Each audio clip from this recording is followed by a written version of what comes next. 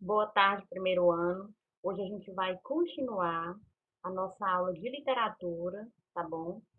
A aula 2 de 2 do capítulo 9, certo? Esse capítulo tem como tema Romantismo na Europa, origens, autores e obras. A gente vai dar início aqui, né, continuando o capítulo, falando sobre o romantismo francês. A gente já tinha visto na aula passada romantismo inglês e alemão. O romantismo francês, ele teve a função de propagar as ideias de liberdade, igualdade e fraternidade. Essas ideias, elas foram conquistadas, né, pela Revolução Francesa, após a Revolução Francesa. A sociedade desse período ficou dividida em duas partes. A primeira parte era composta pela nobreza e pelo clero, e a segunda parte pela burguesia e pelas comunidades, né? E pelas pessoas mais pobres, pela comunidade popular, tá? Do lugar. Com a Revolução, os privilégios da nobreza e do clero foram invalidados, enaltecendo assim os valores da burguesia, certo? Porque assim, se vocês forem ver, antes da Revolução Francesa, as obras, os autores, eles abordavam mais, eles falavam mais sobre o clero, sobre a nobreza. Pós-Revolução, né, Francesa, passou-se mais a quê? A abordar sobre a burguesia, porque nesse período a burguesia ela começou a ter um destaque, né? Então ela foi crescendo, foi se desenvolvendo, principalmente nas obras literárias. Os escritores desse período se voltaram para a sua própria história, a fim de mostrar ao público a trajetória de seu povo. Assim, nesse período surgiram nomes como Victor Hugo, né, que é um grande autor conhecido, e Alexandre Dumas. Eles foram influenciados pelo historicismo de Walter Scott, certo? Vamos agora para o romantismo em Portugal. O romantismo em Portugal, ele também foi influenciado pelas transformações que houve, né, após a Revolução Francesa. No início do século XIX, Portugal estava passando por grandes mudanças políticas e sociais. Ele vinha sofrendo ameaças de Napoleão e sua tropa, né, que estavam querendo invadir, e também a família real partiu para o Brasil. Isso agravou ainda mais os conflitos ocorridos naquela nação. A produção literária desse período acompanhou as mudanças na sociedade, como a gente sempre vem abordando. A produção literária, ela sempre vai estar retratando os acontecimentos históricos e sociais de determinado país, determinada região, certo? E em Portugal não foi diferente. O romantismo português, assim como o brasileiro, ele foi dividido em três gerações. Cada geração tinha os seus autores, né, e suas características específicas. Vamos ver aqui a primeira geração. Essa primeira geração era marcada por elementos classicistas e arcados. Ela ainda tinha o quê? Elementos lá da escola anterior, que é o arcadismo, né? As escolas literárias, elas sempre têm um fragmentozinho de outra escola. Você nunca vai encontrar uma escola literária totalmente pura, sem nada da passada, não. Ou da que vai vir posteriormente. Sempre vai ter já alguma característicazinha. Aí você vai ter que ver o que, que prevalece, né? Pode-se afirmar que uma das contribuições, né, dos autores dessa primeira geração foi abrir os caminhos, né, para as próximas gerações. Eles criaram o quê? Um ambiente mais propício para os futuros autores que viessem.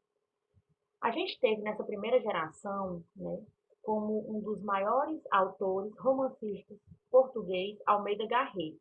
Ele é considerado precursor do romantismo em Portugal, com a publicação de seu poema Camões, né, que foi publicado em 1825.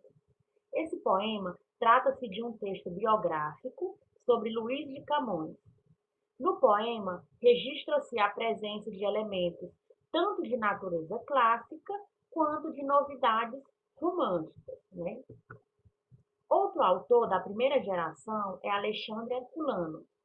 Alexandre Herculano, ele escreveu poesias historiográficas, né? Escreveu obras historiográficas, escreveu poesia e prosa. Ele usou o panorama histórico para criar narrativas de ficção. Ele abordava mais, pessoal, sobre o quê? Sobre lendas, histórias antigas, né? Todo o acontecimento, né, por trás da história de Portugal, né, que deram base para a cultura portuguesa. Então, esses eram os temas abordados por Alexandre Herculano. Temos aqui também a segunda geração. Nessa segunda geração, a poesia se caracterizou pela sensibilidade e pela liberdade moral. Os poetas dessa geração, eles eram conhecidos como ultrarromânticos. O que é ultrarromântico? A gente vê que é um romantismo exacerbado, exagerado, né? Além da conta.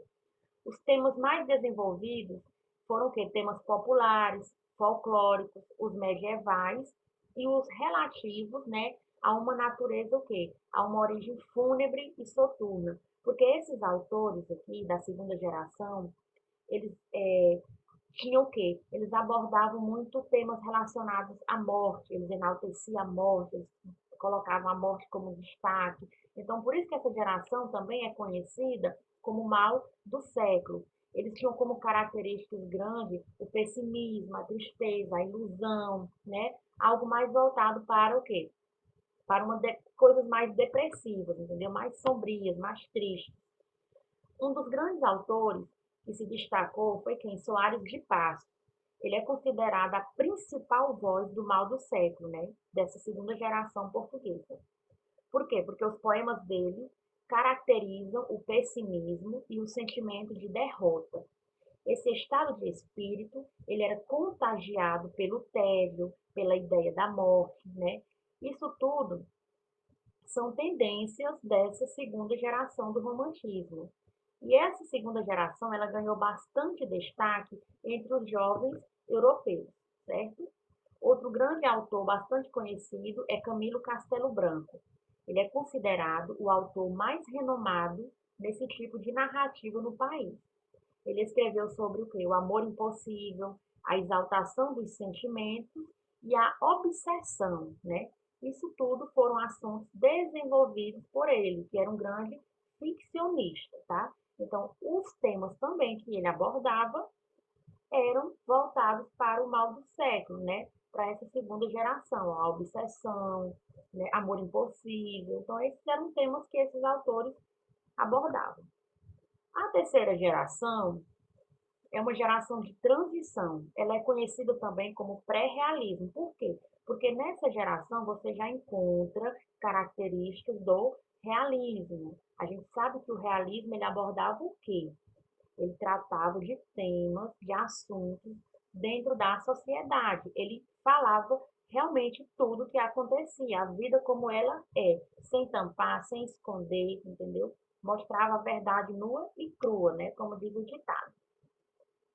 Nessa fase, há ainda a produção proveniente de um tardio florescimento literário, em que se fundiram aspectos ultrarromânticos com características que mais tarde designaram o realismo. O grande autor dessa escola aqui é o João de Deus. Ele produziu tanto poesia sátrica quanto poesia lírico-amorosa. Essas sátiras, né, poesias sátiras têm como característica principal falar a realidade, né? Falar das pessoas, falar do lugar, da região, né? Isso é bem presente no realismo, destacando-se, né, na amorosa. Ele se destacou mais na poesia amorosa.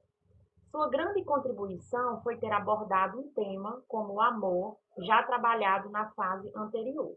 Sua poesia é marcada pela sedução, em que o idealismo ainda persiste, mas possui também natureza diversa, porque permite que a figura bem amada dialogue com aspectos eróticos, né? Essa questão desses aspectos eróticos, sexualismo, a gente encontra bastante aonde? No realismo. Então, por isso que é considerado o que a terceira fase, uma fase de transição pré-realista, porque você vai encontrar muitas características do realismo nela, certo?